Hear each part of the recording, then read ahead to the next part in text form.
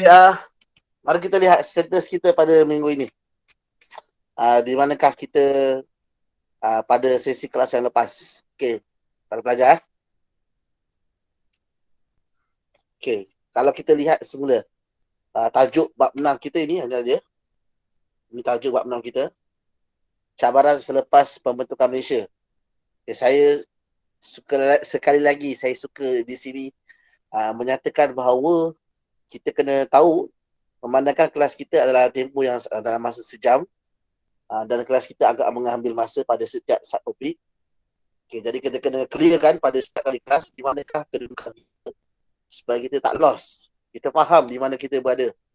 Okay, dan setiap kali kelas kita tahu perbincangan tersebut berkaitan pada bab yang sama tentang cabaran.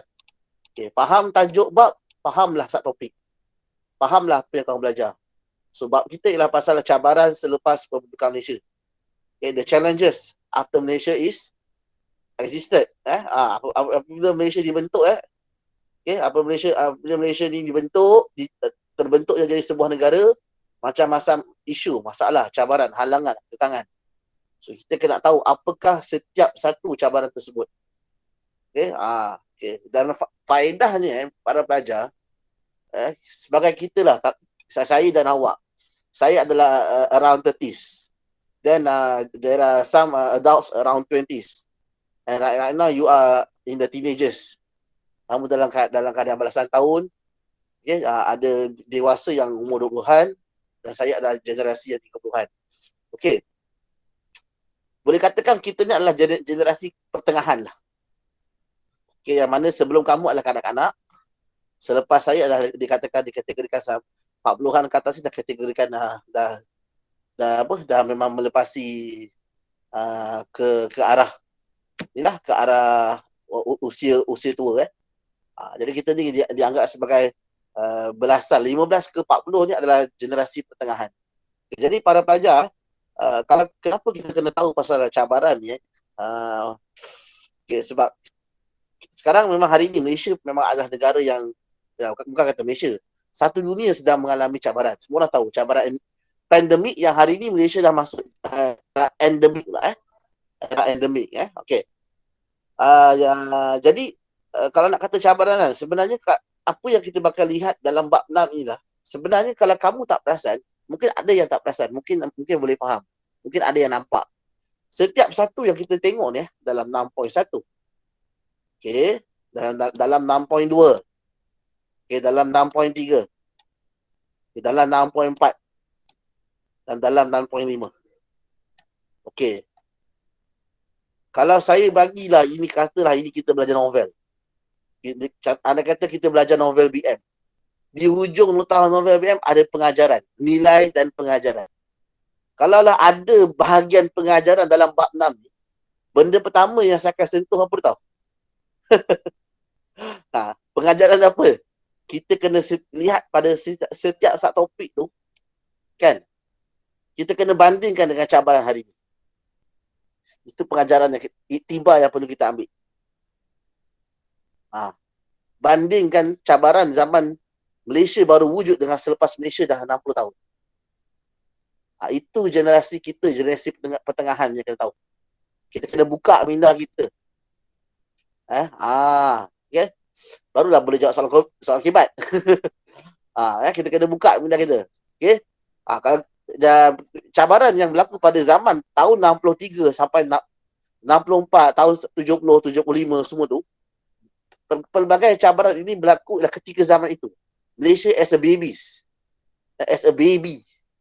Malaysia adalah sebuah negara macam negara bayi baru lahir. Dan sekarang umur dah Malaysia dah 60 tahun, dah warga tua dah, warga emas Malaysia. 60 berapa tahun ni? Kita merdeka 64 64, my father's age. Ayah saya 64 dia lahir tahun merdeka. Okay. 2 bulan hampir 2 bulan selepas merdeka yang saya lahir. Okay. So para pelajar, apa yang saya saja mukadimah ataupun saya sembang kita punya introduction ni lah. Kamu kena faham kita belajar cabaran dulu dengan zaman sekarang tak sama, berbeza. Tak sama. Okay, dengan Malaysia pun dah maju kan. So yang ni cabaran dalaman kita dah lihat hari tu, saya tak nak cakap dah. Lepas tu pemisahan Singapura, saya rasa ini adalah sebuah cerita yang sebuah cerita yang bagi saya satu iktibar yang sangat menarik lah. Yang saya rasa benda ni memang takkan diulangi semula dalam sejarah Malaysia ya. Bagi saya ini satu berita yang sedih sebenarnya untuk buat negara kita kau. Okey, menangani ancaman komunis. Okay, ini adalah nota status kita berada di sini. Saya hanya baru sempat sentuh yang pertama. Okay, yang saya belum sempat lah yang kedua. Kita akan lihat macam mana situasi pengeboman Tugu Negara dan juga pembunuhan ketua polis negara waktu itu. Menarik cerita, memang menarik. Kita akan lihat nanti Okey. Dan 6.4 kita akan masuk juga hari ni ialah rancangan Malaysia pertama. Okey, rancangan Malaysia. Saya tak sempat nak Google tadi. Nak tengok RMK berapa sekarang. Nanti kita Google sama-sama. Kita tunjuk. Saya buat share screen lagi. Kita sekarang RMK berapa? Kita akan bandingkan RMK sekarang dengan RMK pertama ni. RMK pertama. Okey. Nanti saya akan bagi intro sikit pasal macam mana asal usulnya rancangan Malaysia. Ini bukan kali pertama kita buat. Sebenarnya sebelum kita merdeka kita dah ada rancangan Malaysia. Maksudnya namanya rancangan Malaya. Rancangan Malaya pertama. Kita dah ada sebenarnya. Okey. Dan last kali, ini saya tak cakap lah. Ini semua orang tahu peristiwa-peristiwa dinantikan. Okey. Kalau kamu buka YouTube, saya belum tunjuk lagi. Ada satu video klip daripada warga negara Jerman. Okay, German citizen dia baru upload video tu. Nak kata baru pun bukanlah baru tahun ni. Maksudnya dia baru upload sejak dalam mungkin 5 tahun lepas, mungkin dalam 10 tahun lepas, baru lagi. Sejak internet mula laju, sejak negara dah mula open, antarabangsa dah mula open dari segi keterbukaan internet, semua orang dah mula menerima sejarah-sejarah dunia dalam internet, YouTube mula digunakan secara meluas. Saya rasa orang rakyat satu dunia mula terbuka bila ada YouTube, bila ada TikTok lah, benda Facebook semua kan. Jadi rakyat dah mula terbuka. Zaman Android betul-betul mengubah persepsi dan pemikiran manusia. Jadi saya jumpa video tu, dia kongsi tau. Dalam peristiwa 13 Mei ni, mayat bergelimpangan di tepi jalan. Bayangkan macam tengok COVID-19 dekat China lah, mayat jatuh macam tu. Macam tu lah. Bayangkan Okay. Maksudnya itu bukan video klip original Tanah Melayu. Itu video klip yang dia ambil gambar dari airport. Sampai airport dia turun dan dia record. Okay. Itu antara salah satu video yang ada. Okay. Tunjuk cikgu. Saya pun dah tak ingat lama saya tengok video tu kan. Nanti. Kalau ada masa next time kita masuk 65 ni, kita akan tengok kat YouTube video tu. Polis berada di mana-mana polis berada di mana-mana. Macam kita sekarang tengok polis kat pos-pos kan. Ini polis berada di mana-mana. Askar polis, awak kan nampak polis berjalan, ada polis dekat sentiasa ada orang berkawan. Bukan kat pos-pos je. Dalam video tu lah. Okay. So saya nak settlekan pasal ancaman komunis ni. Cabaran ketiga. Cabaran ketiga. Jom kita masuk pasal ancaman komunis .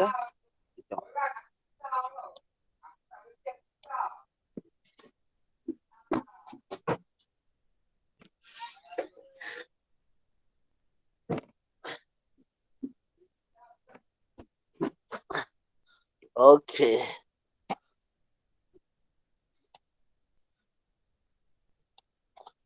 Okey, saya rasa kalau saya ingat balik, minggu lepas saya baru sampai B. Saya tak ambil lagi Sarawak rupanya. Saya baru ingat. Sebab saya tak bincang lagi pasal Operasi Hammer. Operasi Hammer masuk sikit tapi tak detail. Lepas tu kita ada satu lagi operasi selepas Hammer. Kita ada operasi kedua. Okey, so, dalam buku teks tak nampak tau.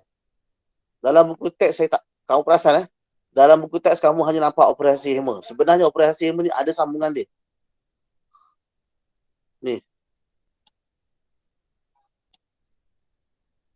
Okey, Operasi Jala Raja. Okey. Lepas tu operasi tersebut disambung lagi, ada ke tak? Tak ada dah. Saya rasa ada lebih daripada satu. Ada lagi dua saya.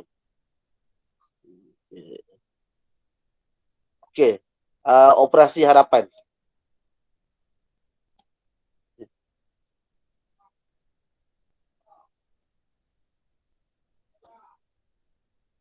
Okey. So ada 3 operasi sebenarnya. Tak apa, kita akan tengok nota tu lagi. Sekejap saya buka sekejap.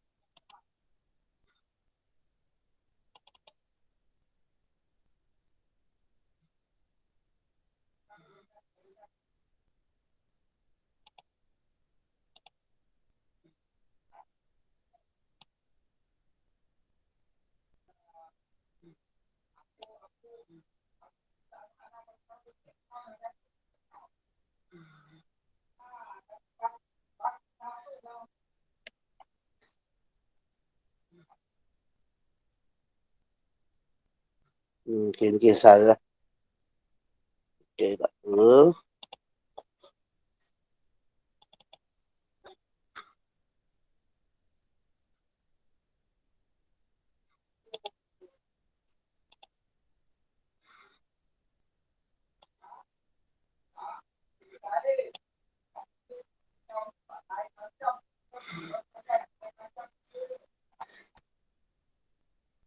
Okay. Dalam buku teks gambar ni, gambar ni menarik ya.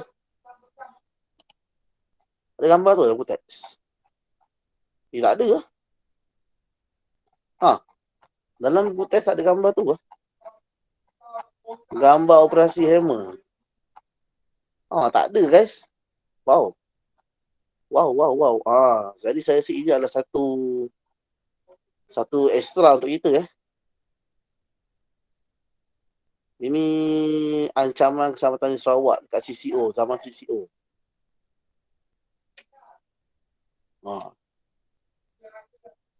Okay, so rasanya ini kat buku teks. Kalau masa CCO mula-mula serang gerakan politik ni, Paraku ni. Okay, Pasukan Rakyat Kalimantan Utara. Okay, jadi saya nak highlight pasal benda ni. Disebabkan banyak sangat. Ini kat sini ada banyak sangat ni. PKKU, Paraku, PJRS. Saya nak remind balik benda ni. Orang lupa. Satu lagi nota.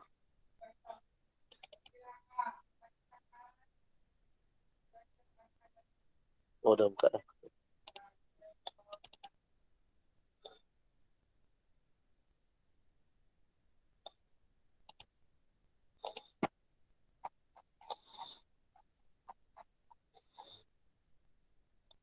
Okay. Itu tak nampak. Okay, operasi Hema. Operasi Jala Raja. Operasi Harapan. Operasi Letterbox. Operasi Rascom. Operasi Seriaman. Okay, semua ni mesti ada dekat dalam buku teks. Mesti ada. Okay. Barulah ada kronologi kat sini. Okay. Kronologi ni kalau kamu tengok dekat dalam buku teks, inilah dia. Ini kronologi dia. Siapa yang ada buku teks, siapa yang tengok buku teks, okay. Kamu nampak ini kronologi adalah kronologi cerita macam mana dia bantras ancaman komunis dekat Sarawak. Okay. Tapi tadi kalau kamu tengok kat sini, ada nota banyak pasal operasi kan. Seriaman, Rascom, Letterbox Harapan. Okay, sebenarnya dia ada buku teks dekat sini. Bawah ni. Ni siapa yang mencari-cari di manakah operasi yang lain selain daripada operasi Hammer dan juga operasi Jala Raja. Lagi 3 operasi tu ada dekat sini. So basically ada 5 operasi. Okay, ada 5 operasi. So kamu jangan abaikan, kamu ingat operasi Hammer saja. So kenapa saya kata jangan abaikan? Bila dia letak kat sini info ni, maksudnya boleh keluar exam. Okay, bukan kata info ni saja. Bahkan kalau ada di sini Sekejap. Ni. Ni. Yang ini pun boleh keluar exam. Jangan main Okay. Saya kenapa saya cakap macam tu sebab hari tu adalah saya ingatkan silap buku teks. Tapi bila saya bukan buku teks, buku latihan. Tapi bila saya tengok ada beberapa soalan yang dapat daripada Google soalan yang saya dapat dalam modul kan. Ada juga soalan yang jawapannya ada kat sini. Tapi bukanlah banyak ada tertentu. Hmm. Saya nampak kat sini contoh ni dengan termeterainya perjanjian Hak Yai, maka tamatlah gerakan bersejati PKP. Kat sini ada cakap dia ada ulas balik benda yang kat atas ni. So maksudnya jangan abaikan kotak ni. Okay. So senang cerita korang, nampak ni ini ada info juga. Okay. Okay.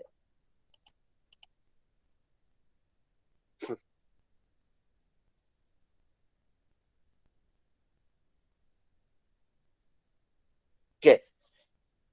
Ini Raskom. Operasi Raskom ada kat sini Oh, dia ada nyata kat sini banyak ni. Okay, nampaklah.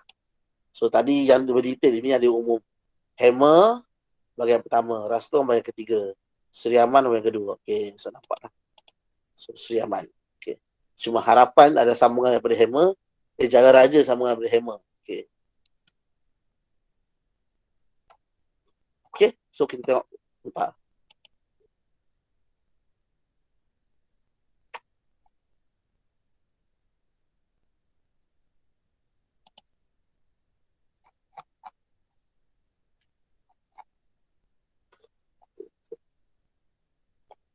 Okay. Yang ini nampak ada flow cerita. Siapa nak baca yang ni, saya rasa okey boleh tak. Cuma kalau pada pendapat saya, nota ni macam serabut sikit. Okay. Nota ni macam serabut sikit. Kronologi dah ada kat sini. Saya tak suka kan warna ni. Saya tutup lah. Biar dulu. Okay, jom kita tengok sini.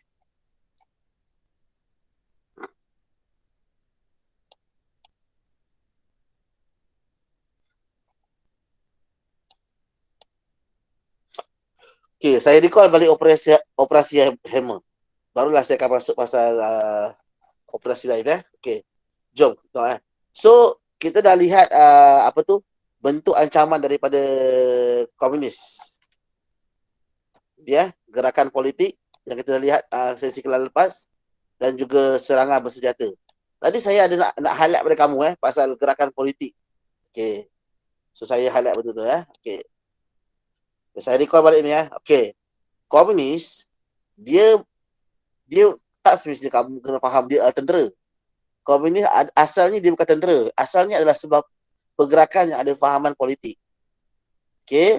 Dia ada fahaman politik. Dia ada prinsip hidup. Dia ada prinsip pegangan hidup dia yang berbeza. Ideologi dia berbeza. Itu dipanggil sebagai fahaman ideologi komunis.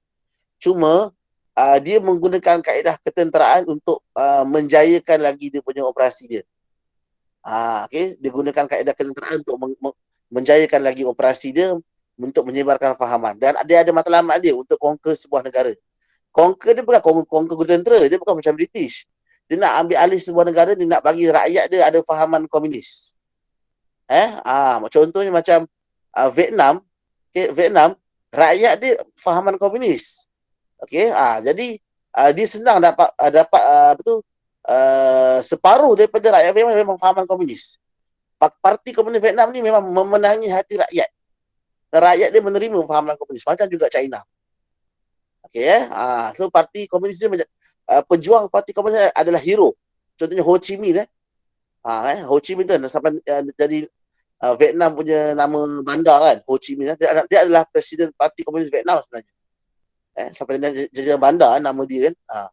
So jadi diorang nak sebarkan fahaman ideologi komunis ni, nak beritahu bahawa fahaman diorang ni lagi betul, lagi hebat daripada fahaman penjajah.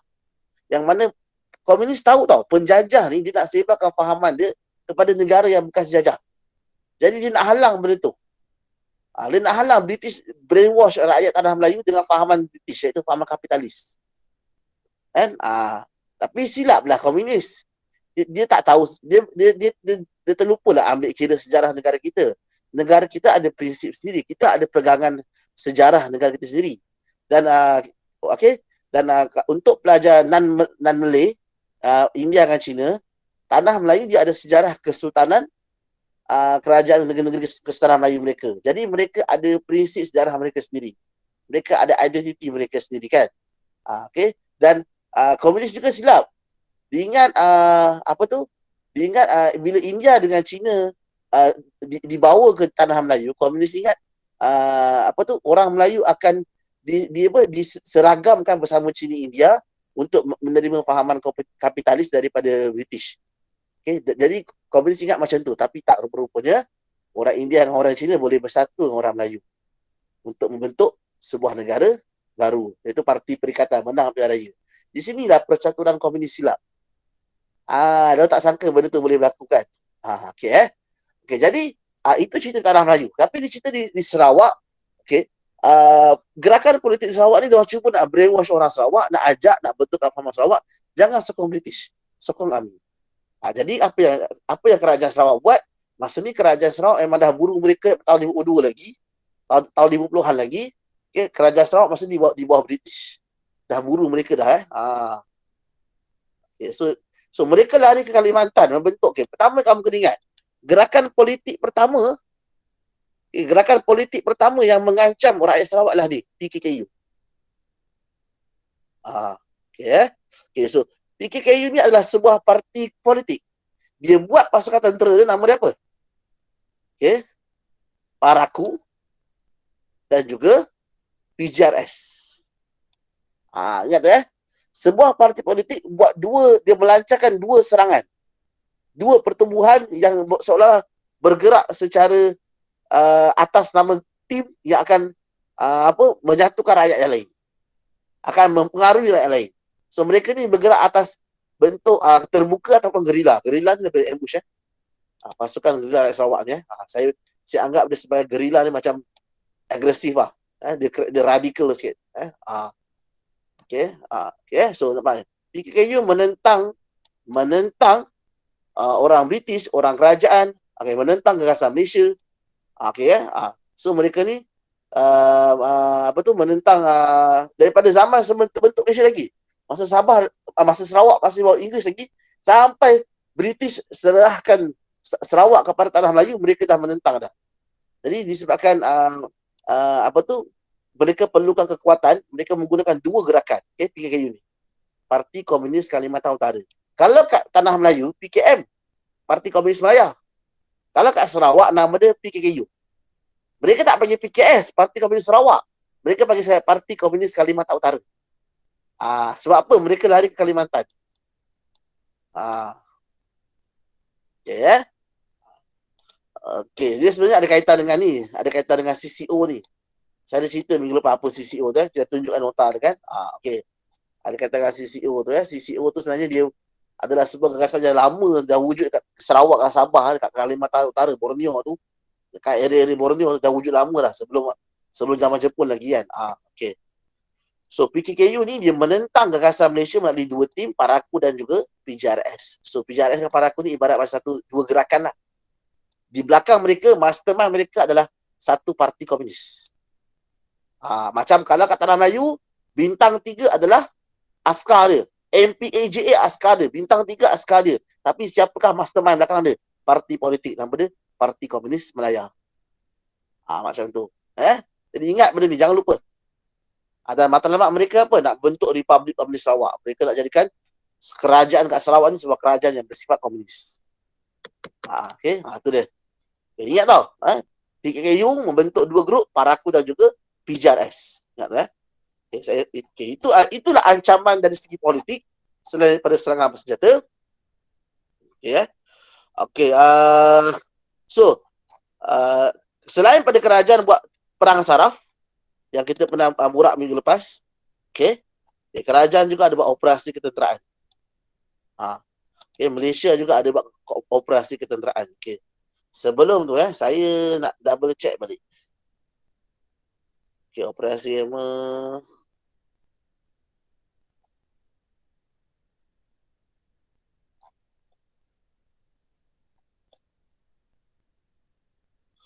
rancangan pendapatan guksa.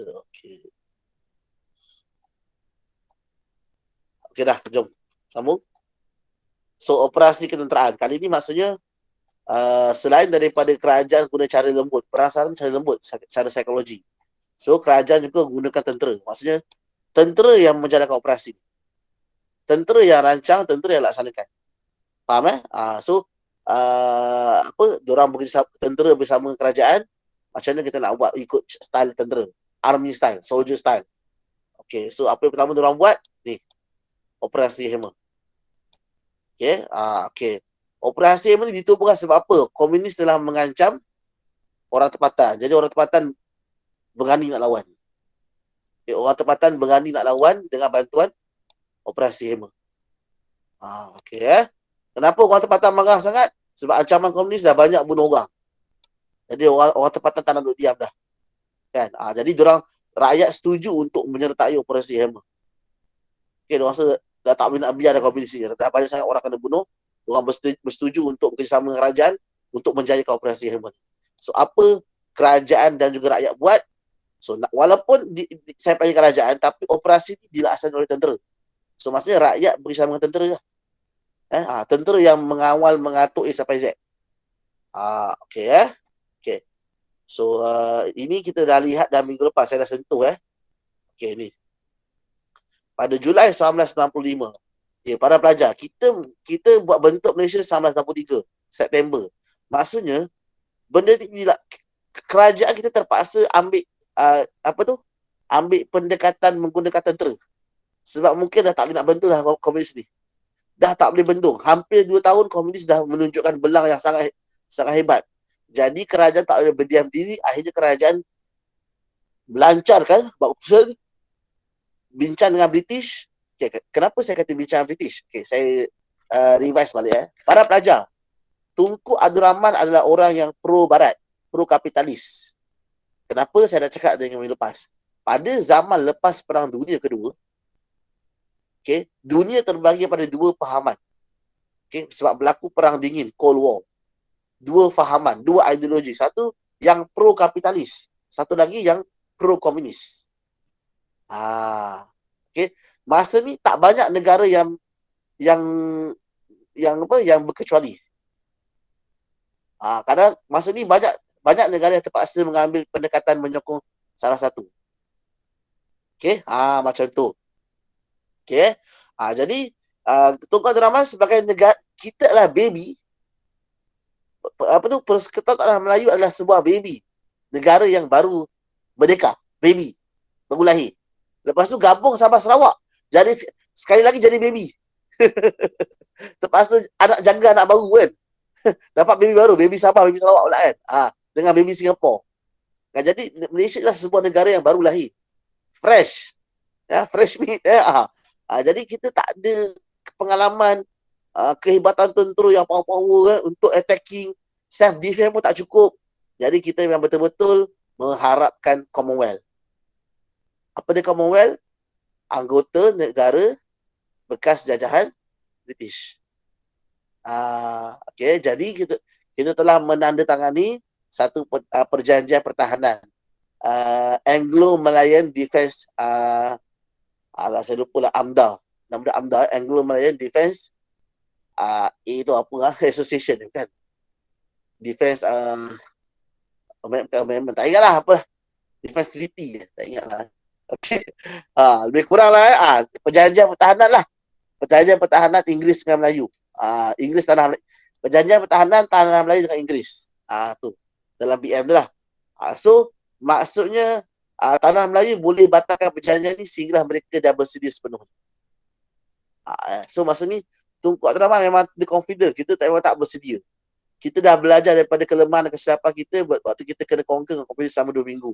So Tunku Abdul Rahman belajar daripada peristiwa itu. So Tunku Abdul Rahman dia mengharapkan bantuan British untuk menjadi protect negara kita So apa yang berlaku? Ini dia. Operasi Hammer. Kamu tengok nama siapa ni? Ni. Sir Clark Fenner, Ketua Polis Malaysia waktu tu. We will hammer them. So let the operation called as Operation Hammer. Okay. So saya recall balik apa maksud Operation Hammer? Rancangan BRICS, memenangi hati rakyat. Apa rancangan BRICS? Buat kampung baru. Buat taman perumahan baru. Okay, buat perkampungan besar-besaran, fasiliti cukup, penyelenggaraan disediakan, semua bekalan disediakan, A sampai Z, duduk tidur je situ. Okey, dalam pagar, cage, sangkar, pintu masuk satu, tentera berkawal. Tapi dalam tu dorang bebas tak hidup macam biasa.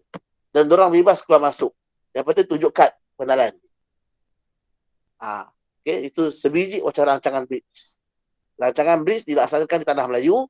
So, di Sarawak dipanggil sebagai Operation Hammer. Benda sama je. Okay, so kamu tengok tu, mendirikan pertempatan baru untuk 7,500 orang. Okay, ini cerita dia saya dah masuk lepas. Dalam masa 3 hari, 1,200 warga Hakka, di Kuching Serian. Dikawal sepanjang masa, perintah berkurung 24 jam sehari. Bagi melindungi penduduk dari ancaman komunis. So komunis tak boleh nak dapatkan bekalan ubat, tak boleh nak sebar maklumat, tak boleh nak upah orang-orang biasa ni jadi utusan untuk pas-pas maklumat, pas-pas berita, pas-pas info-info kan. Tak boleh. Bekalan makanan pun diorang terputus. Sebab apa? Tempat-tempat yang dikategorikan kawasan hitam, tempat yang mudah komunis dapat bekalan, artinya orang-orang yang tinggal di sana dibawa pindah ke tempat baru. So, seolah-olah terputus hubungan sosial orang komunis dari dalam hutan dengan orang berhampiran. Itu diorang nak buat. Ini peraturan operasi Hammer, kau baca sendiri. Saya tak nak sikit. Apa kesan operasi Hammer? Goyah. Menyebabkan komunis ditangkap. Banyak orang komunis ditangkap. Operasi Hammer tamat pada tahun 1970. Guys. 1970 adalah tarikh Tunku Abdul Rahman jadi Perdana Menteri. Tun Abdul Razak. Tahun 1969 berlaku pilihan raya. So Tunku Abdul Rahman berundur letak jawatan. So Tun Razak nak jadi Perdana Menteri. Perdana Menteri kedua. So tahun 70 juga adalah tahun di mana kita buat rukun negara. Tahun 70 juga adalah tahun di mana Tun Razak mengisytiharkan bahawa kita adalah negara yang berkecuali. Kita tak menyokong komunis, kita tak menyokong kapitalis. So kerajaan Malaysia setuju membatalkan kawasan sekatan operasi. Ni dia tertinggal ni pada bila ni. Ni tarikh dia. Tahun 80 barulah operasi Hammer, SJR Hammer ni. SJR macam kita kan area Selangor, Putrajaya, KL. Sekatan Jalan Raya baru dimansuhkan. Tak ada dah SJR. Sama ni. Sekatan Keselamatan di kawasan operasi Hammer di Kuching Serian telah dimansuhkan. Tahun 80. 70 tahun. 10 tahun. Kita baru 2 tahun. Dah penuh pantai. Saya tak tahulah korang tengok tak dalam dalam media sosial kan. Baru 2 tahun penuh sungai. Kan? Saya tak pasti mall setakat ni tak ada orang share mall sebab mall dah lama boleh masuk kan. Tapi sungai dengan pantai macam sardin. Kalah sambutan dunia Malam Merdeka. Sambut Malam Merdeka Malam Dunia padat macam sardin saya tak pastilah. Hopefully doa yang baik-baik lah. Itu yang berlaku 10 tahun tau. Sekatan Keselamatan cek IC diteruskan walaupun dah tahun 70 dah ditamatkan. Operasi Jala Raja disambung pula. Jala Raja jom betul Jala Raja ni apa ni. Nama sekarang Asal Jaya. Nama lama Nonok. Nama Nonok Nama Asal Jaya ni nama tempat ini bahagian pertama. Guys, kamu kena ingat Operasi Hammer adalah bahagian pertama. Dia tak cakap kat sini Tak cakap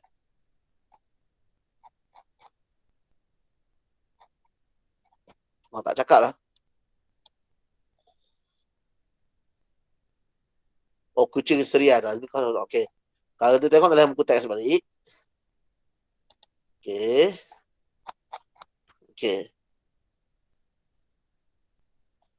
Bahagian pertama adalah bahagian Kuching. So Kuching Serian ni Kuching Serian ni. Di Samarahan. So 2 daerah ni Kuching atas, Serian bawah. Inilah operasi Hammer sampai tahun 70. Lepas tu tambah lagi 10 tahun. Sampai 80. Okey, Operasi Jaya Raja. Lepas 80 barulah tak ada Sekatan Keselamatan. Okey. So lepas tu kita ada Operasi Sri Aman. Operasi Sri Aman ni bahagian kedua ni. Operasi Sri Aman dan kita ada Operasi Rascom. Ini bahagian ketiga. Kita check balik dekat dalam buku teks, betul tak kita ni? Ini dia. Okey, betul lah. Operasi Hammer bahagian pertama. Start tahun 65 ya. Okey. Rascom bahagian ketiga. Yang besar ni Rascom. Okey. Rascom ni yang kalau tengok dalam bab 4 kita belajar hari tu, dia adalah antara operasi yang paling besar dibuat. Okey, dia orang import tentera Semenanjung. Okey, pasukan-pasukan elit Semenanjung turun. Okey, macam mana kerajaan pusat, kerajaan persekutuan bantu kerajaan negeri okey. Dan Operasi Sri Aman, okey, di bahagian kedua. Ni. Sri Aman. Okey, ni dia Sri Aman. Okey. Next. Saya nak tengok. Okay. Saya nak bezakan sebenarnya Hammer macam mana, Jaya Raja macam mana, apa lagi? Yang ketiga apa tu? Penempatan Gutsa macam mana. Ni semua adalah dia punya operasi-operasi dia. Okay, lepas tu kita ada Harapan, Letterbox, Rascom, Sri Aman. Saya nak bezakan semua. Kita ada 7 operasi je. Banyak Aku nak ingat satu ni macam cabar ni. Okay. Okay. Jaya Raja adalah sambungan daripada Hammer. Tu tahun 70. Okay. Apa yang berlaku bro? Kau kena ingat peristiwa ni. Okay. Ada peristiwa pemimpin komunis tulis surat kepada Ketua Menteri Sarawak untuk berunding. Kenapa tau? Saya rasa Operasi Hammer berjaya. Okay, umpan keluar komunis. Okay. Ni. Akhirnya 500 komunis keluar hutan Saladin. Diorang nak jaminan keselamatan ni. Kalau keluar serah jangan bunuh. Mungkin diorang ditawarkan rumah, ditawarkan tanah ke, ditawarkan dapat IC takkan disentuh ke, macam tu. Mungkin ditawarkan tukar nama supaya untuk buang nama lama dia, nama baru semua orang tak tahu di komunis ke. Mungkin kan. Okay. Macam kalau tengok movie lah, padam rekod lama kan. Okay. Okay, buat identiti baru kan. Okay. So itu adalah Operasi Jaya Raja. So tak ada apa yang serius pun. Yang kita nampak hanyalah ini sahaja, ada peristiwa di mana salah seorang pemimpin komunis Bong Ki Chok tulis surat kepada Ketua Menteri Sarawak, Datuk Patinggi. Okay, Datuk Patinggi ini adalah nama gelaran orang jawatan tinggi. Datuk Patinggi dan Datuk Patinggi ada nama jawatan. Nama sebenarnya Abdul Rahman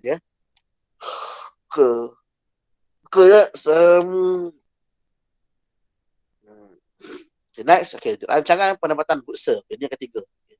Kalau ikut tahun okay, so maksudnya Gutsa ni adalah tahun 65. So dia serentak dengan Hammer.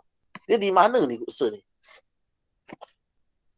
Okay, di Siburan, Beratuk dan Tapah. Itu sahaja ke? Tak ada apa ke? Tak ada apa. So boleh kata selain daripada Hammer, okay, selain daripada Hammer yang berada di Kuching, ada juga kawasan-kawasan yang melaksanakan program macam Hammer. Tapi nama dia lain sikit. Nama dia Rancangan Penempatan Gutsa. Okay, tahun yang sama juga. Macam Hammer juga. Tahun 65. Okay, nama dia lain sebab apa? Tadi tu nama dia polis lain yang bagi. Okay, itu Ketua Polis Malaysia. Orang putih kan. Okay, dia kata let's hammer them. So, nama operasi ni Operasi Hammer. Tapi kali ni Sarawak punya ni Timbalan Ketua Timbalan Ketua Polis Sarawak. Nama dia David Gutsa.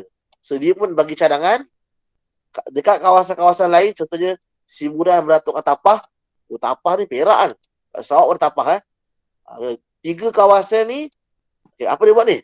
Kerajaan membuka kawasan pertempatan semula penduduk Sarawak. So maksudnya diorang buka kawasan dekat Siburan, Beratuk, Tapah ni ada kawasan baru. Ada kawasan baru. Maksudnya pindahkan pindahkan rakyat daripada tempat lama ke kawasan baru. Itu dipanggil sebagai pertempatan semula penduduk. Okay, apa kita panggil? Bukan replacement. Apa? Resetting ya. Lebih kurang lah, menempatkan semula bawa rakyat kepada kawasan tempat baru ni. So maksudnya operasi HEMA ada dua sebenarnya. Maksudnya bukan dua. Operasi macam HEMA ni berlaku pada dua tempat. Kat area Kuching dengan area tempat lain. Cuma nama dia lah. Okay. So bila sama, senang lah nak ingat. Okay. So kita tengok yang seterusnya. Operasi keempat, harapan. Okay, operasi harapan. Okay. Patutlah sedih. Nama pun harapan. Harapan tinggal harapan je. Harapan. Harapan tinggal harapan dalam kenangan lah kan. Okay. Apa kerajaan Sarawak dalam kerajaan Persekutuan cuba buat? Okay. Kali ni Tun Dr. Rahman dia bagi cadangan. Okay. Dia menawarkan pengampunan kepada komunis. Benda yang Tun Dr. Rahman pernah buat kepada Chin Peng, ketua komunis pada tahun 55. Kali pertama Tun Dr. Rahman menawarkan pengampunan kepada komunis. Sebelum tu British tak pernah menawarkan pun pengampunan kepada komunis. Tapi Tun Dr. Rahman masa dia jadi, kali pertama dia jadi Perdana Menteri, tahun yang sama, 4 bulan lepas pilihan raya, kabinet terbentuk, dia pergi pujuk ketua komunis paling besar kat Tanah Melayu. Okay, nama dia Chin Peng. Okay, menawarkan pengampunan. Okay, pun tak ada. Chin Peng menolak. Kan? Okay. Okay, so benda yang sama, Tun Abdul Rahman cadangkan buat kat Sarawak. Pun keputusan dia tak lebih kurang sama. Hanya 41 orang sahaja. Berbanding dengan operasi tak apa tadi? Operasi Jala Raja, 500 orang keluar hutan menyerah diri. Okay. So kita boleh nampak operasi harapan adalah operasi tawaran pengampunan. Okay. Seterusnya operasi letterbox. Ini peti sugat ni. Wow. Okay. Tahun yang sama juga. Operasi harapan tak begitu tahu bila. Tak apa. Okay. Letterbox ni tahun yang sama, tahun 65, untuk mendapatkan maklumat tentang pergerakan komunis. Okay. So ada. Diorang ada rancangan operasi yang nak dapatkan info. Macam mana pergerakan komunis. Okay. Okay. Ini semua operasi baru lah dilancarkan. Diorang kena letak spy, hantar unit komando, hantar unit apa kita panggil special branch kan, SP kan. Unit-unit khas polis menyamar, benda apa semua, pergi mata-mata semua pergi, hantar. Okay, so itu operasi letterbox. Nak dapatkan maklumat tentang pergerakan komunis. Upah, okay, ada orang dalaman. Okay, spy ni dia ada dia punya kaki spy dia juga kan. Itu operasi letterbox, peti surat. Nama peti surat, maksudnya apa? Awak boleh bayangkan tak? Saya boleh bayangkan sebab apa tahu? Sebab saya pernah tengok movie orang putih, orang sampaikan maklumat letak kat peti surat. Nanti ada orang lain yang akan datang ambil. Macam tu tau. Okay. So itu operasi letterbox. Okay, benda ni pernah diamalkan dalam kisah benar. Dekat luar negara pernah diamalkan operasi letterbox. Saya tengok cerita apa. Saya pun tak ingat cerita apa. Baikkanlah. Okay. Dia pernah dilaksanakan oleh kalangan tentera Jerman. Ke tentera apa kah? Ke spy Rusia. Saya lupa lah. Kat cerita orang putih lah. Macam mana Okay. Yelah. Betul. Okay. Terus operasi Rascom. Okay. Ini dekat kawasan ketiga. Okay. Operasi Aman. Operasi Seri Aman kawasan kedua. Okay. Rascom. Okay. Ini kita cerita lama kat Sarawak ni. Okay. Bahagian ketiga. Okay. Mempercepatkan usaha bantal komunis sebab dia besar sangat. Okay. Okay. Tak ada detail. Yang nampak tujuan yang tahu. Rascom nak cepatkan usaha bantal komunis. Itu jauh tak tahu. Okay. Seri Aman. Okay. Ini bantal komunis dekat kawasan kedua. Kalau Rascom bantal komunis kat kawasan ketiga. Okay. Okay. Seri Aman yang tentera dengan polis join ni. Okay. Okay. Ada nampak kemampuan penting ni. Kesan operasi. Okey, komunis disekat, sukar untuk bergerak. Okey, ya. So, Ketua Menteri Sarawak ada tanda tangan memorandum persefahaman di rumah Sri Aman. Anggota komunis serah diri, berakhirnya ancaman komunis. Guys, saya nampak kat sini tarikh dia tahun 73. So maksudnya kawasan kedua ni adalah kawasan terakhir. Kawasan terakhir. Okey bahagian operasi Sri Aman ni bahagian terakhir. Patutlah kita tengok kat peta. Okey, yang menjadi tumpuan ialah bahagian pertama dan ketiga. Okey, yang menjadi tumpuan utama adalah bahagian pertama dan bahagian tiga. Ya. So diorang fokuskan dulu dekat bahagian utama dengan bahagian ketiga. Settlekan dulu ni. Kat mana saya baca benda tu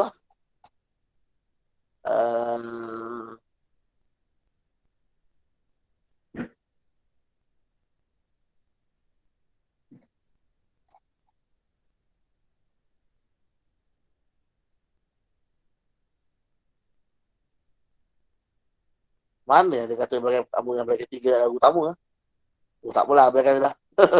Okey. So sebagai pertama dengan bahagian ketiga ni akhirnya telah mendesak kebanyakan komunis beruntung ke kawasan kedua kan.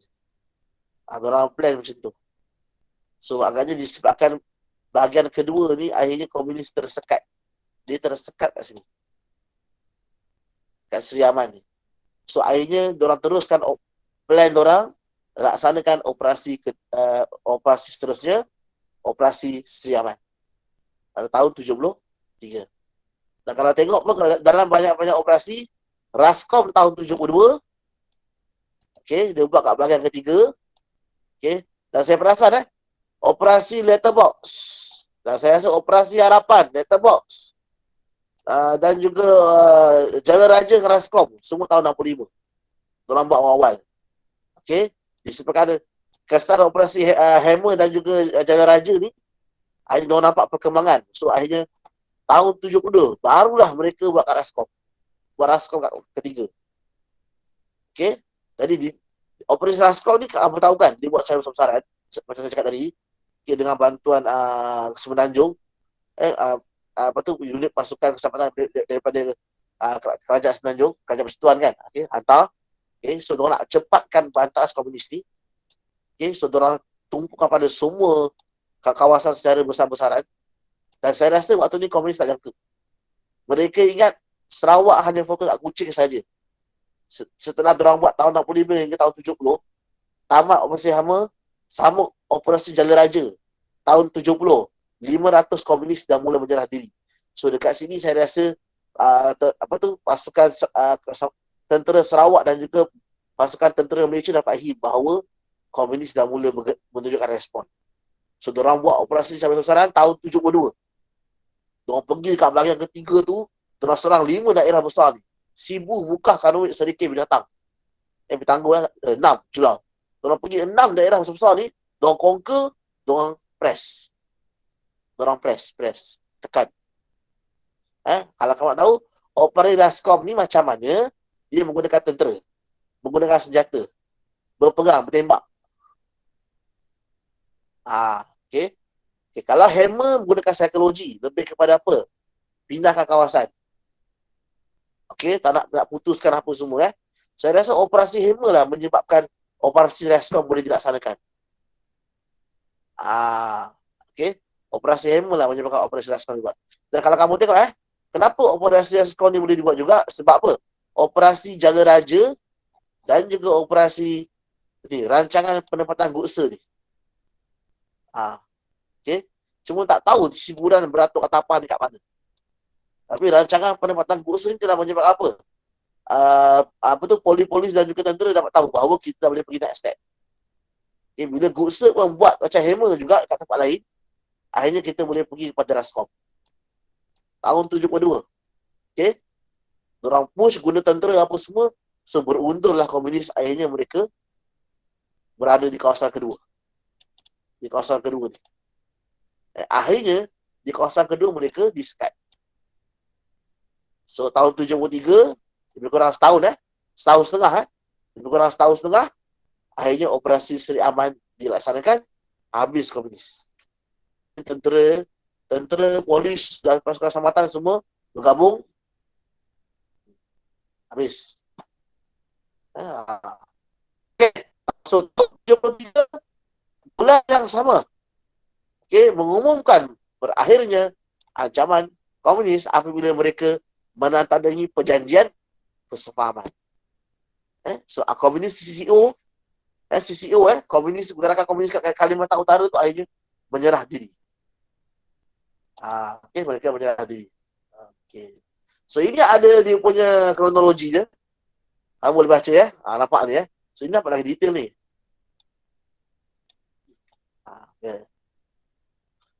Rajang Area Security Command, Kelaskom dibentuk yang ketiga apa tu. Kebanyakan serah diri pada tahun 74. Komunis serah diri tahun 90-an barulah. Tahun 90 punya lama perjanjian damai antara komunis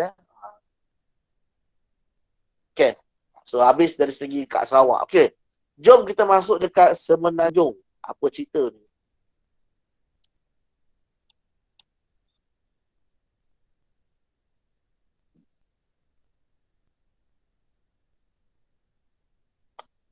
Mula-mula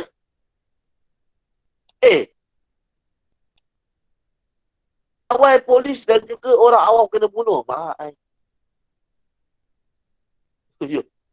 Ni. 17 Jun 16 anggota terkorban kat Perak.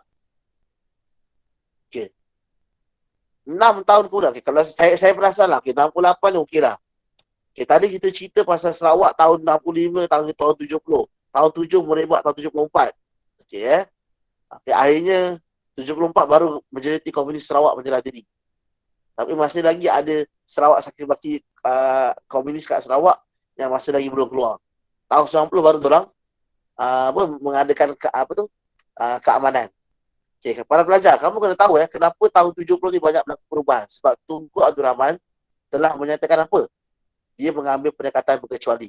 Dia takkan memihak pada mana. Bahkan Tunku Abdul Rahman, dia mengamalkan dasar berbaik-baik dengan semua negara dan berbaik-baik dengan negara jiran. Dan dia mengamalkan dasar zon bebas peperangan. Dia mencadangkan kepada ASEAN. ASEAN ni adalah gagasan negara Asia Tenggara tau. Dan semua setuju. Kita dipanggil sebagai ZOFAN, Zone of Peace, Freedom and Neutrality. Zone pada keamanan, kebebasan dan juga neutral, tak berpihak pada mana-mana. Disebab itulah akhirnya banyak komunis akhirnya berundung. Sebab tu tak pelik cerita Sarawak tu bila ada sendiri bila diorang dekat Sarawak tu tahun 72 tu, tahun 73 diorang buat berunding perjanjian damai, akhirnya komunis serah diri dengan Kaunter Sarawak tu dalam operasi Seri Aman kan. Bila komunis dah kena tekan, diorang tak boleh buat apa dah, tersekat kat kawasan kedua tu kan. Itu situasi Sarawak. Tapi situasi kat Tanah Melayu lagi gila. Situasi kat Semenanjung ni tak pelik lah. Tahun 68 diorang buat serah hendak pasukan keselamatan pasukan keselamatan ni mungkin lebih kepada polis ke tentera ke yang berkawal pasukan polis hutan ke ranger ke ranger hutan ke so diorang kena terkorban. Kenapa diorang kata pasukan keselamatan? Sebab dulu kita banyak unit tau. Zaman komunis, zaman lepas British, zaman lepas pembentukan Malaysia, unit-unit keselamatan kita ada banyak unit. Kamu boleh Google sejarah. Ada macam-macam unit mereka ada military police, polis askar. Mereka ada polis hutan. Mereka ada ranger hutan. Mereka ada macam-macam unit saya pun tak tahu. Yang saya tahulah ada banyak cakap tapi banyak unit tersebut dimasukkan. Sebab kita dah aman. Zaman sekarang dah aman. Dah tak perlu unit-unit khas macam dulu So itu dipanggil pasukan keselamatan. Dia merangkumi pelbagai unit So awak jangan salah. Tentera ada, polis ada, ranger ada, macam-macam ada untuk. Home guard pun ada. Home guard macam orang kampung dilatih untuk menjadi berkawal. Home guard dilatih untuk berkawal macam Macam polis bantuan, home guard. Okay. So 16 anggota terkorban. So 7 Jun. Bulan ni bulan apa ni? Bulan bunuh orang. Okey. Okey, tahun 68 tu 11 Jun. Nombor 7 ni memang nombor apa benda ni. Okey. 7 Jun kalau ada penyokong Manchester United 7 Jun, 7 tu mana CR7 cik. Okey. Okey, sama-sama. Okey. 7 Jun ketua polis negara kita ditembak pada tahun 74 tu sedih.